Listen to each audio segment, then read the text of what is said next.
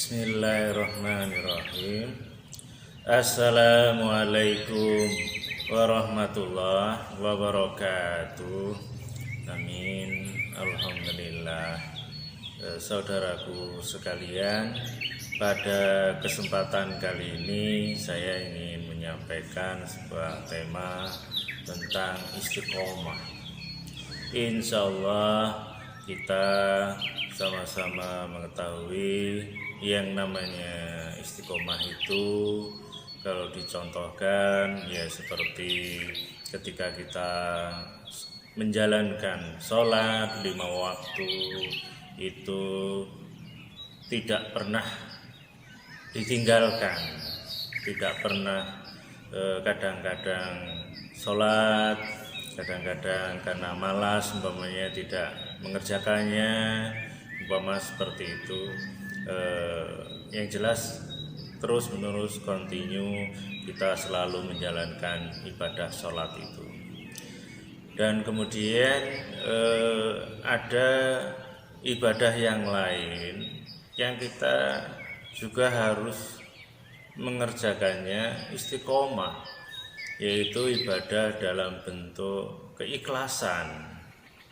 Dan ini tidak mudah atau sangat sulit, tapi kita harus berusaha untuk menjalankannya. Karena kalau keikhlasan yang kita lakukan itu ternyata tidak istiqomah, bisa jadi amal soleh dari yang kita lakukan itu bisa rusak dan bisa berkurang nilai ibadahnya atau amal solehnya. Suatu contoh, kalau seorang tua punya anak, dia mendidik, mengasuh dari sejak kecil hingga dewasa dengan ikhlas, membiayai, memberikan kasih sayang, menyekolahkan atau yang lainnya. Dia ikhlas insya Allah lillahi ta'ala, tidak mengharapkan balasan dari anak tersebut. Tapi keikhlasan yang dilakukan bertahun-tahun istiqomah itu tidak menjamin itu hingga akhir hayat kita.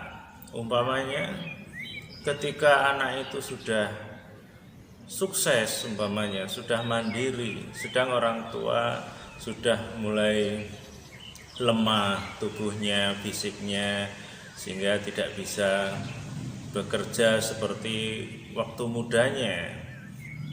Dan kemudian apabila anak itu tidak mengurusi orang tua dengan baik, atau dia itu tidak peduli lagi dengan keadaan orang tua, mungkin karena kesibukan, kesuksesan, sehingga dia jauh tempatnya juga, sehingga dia mungkin tidak pernah menelpon atau menjenguk dan lain-lain, dan tidak peduli atas keadaannya. Umpama ini hanya sebagai contoh saja, bisa jadi orang tua yang berpuluhan tahun ikhlas mengurus mendidik anak itu, di dalam pikirannya bisa saja digoda oleh setan, sehingga dia berpikir, kok anaknya begitu, kok anaknya sekarang tidak ingat lagi dengan orang tua atas jasa-jasanya, sehingga muncul rasa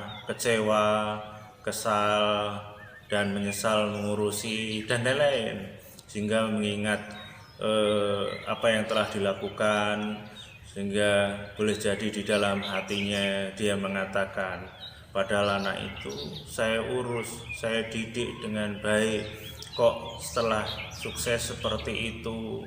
Sehingga boleh jadi orang tua itu bisa sedih berkepanjangan, sehingga tanpa disadari keikhlasan yang selama ini dia lakukan bisa rusak hanya karena keadaan yang dialaminya.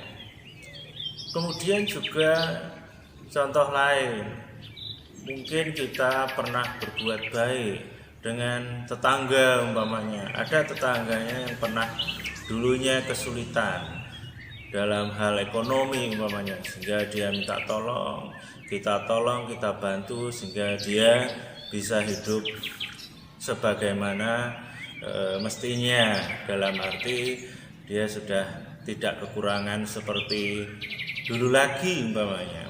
Tapi pada suatu saat namanya hidup, mungkin waktu itu kita yang berlebih, yang posisi di atas bisa menolong tetangganya itu.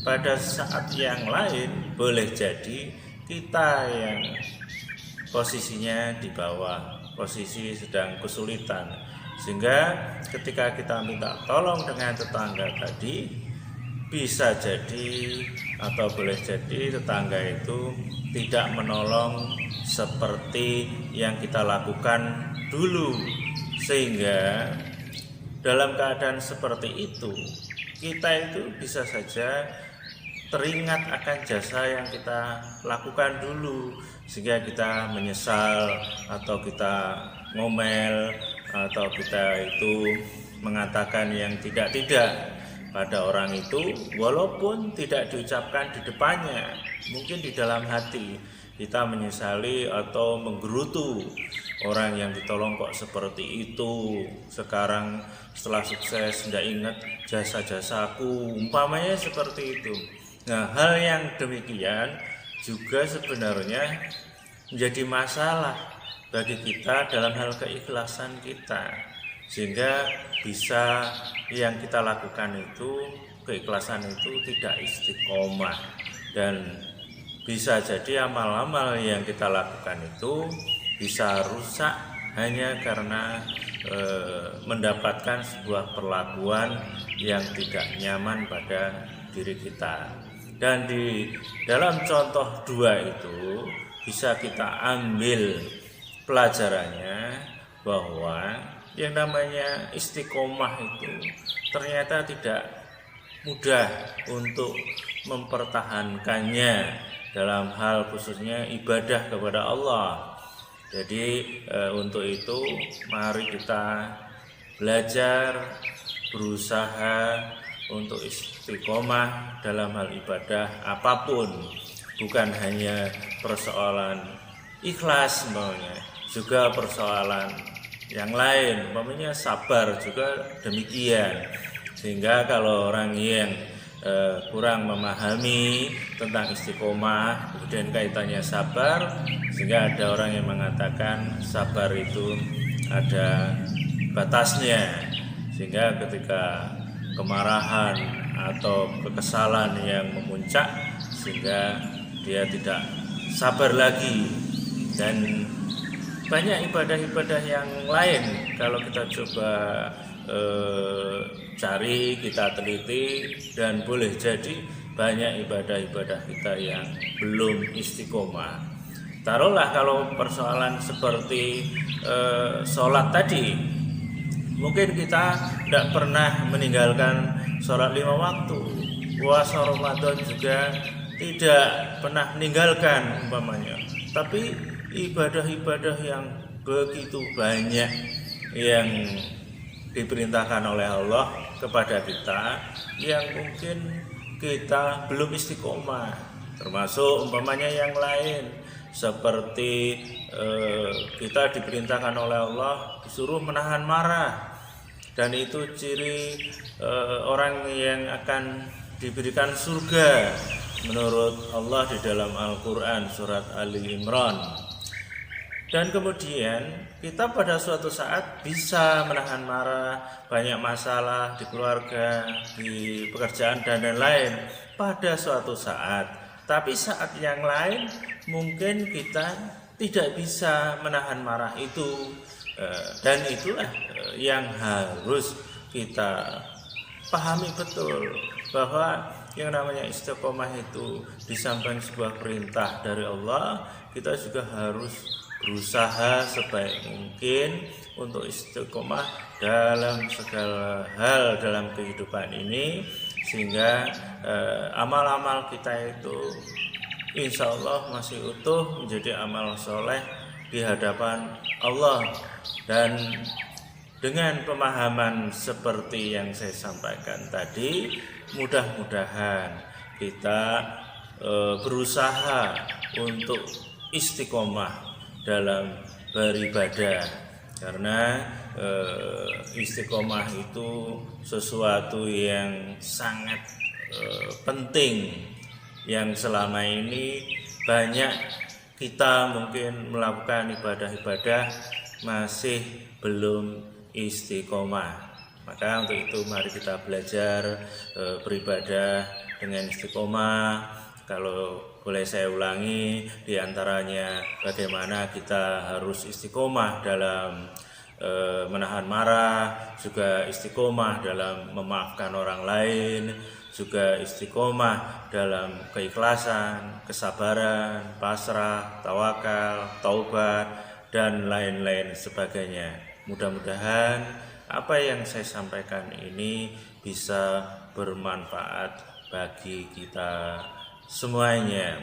Kalau apa yang saya sampaikan mungkin kurang pas atau kurang berkenan, saya mohon maaf, dan kepada Allah saya juga mohon ampun. Akhirul kalam, assalamualaikum warahmatullahi wabarakatuh.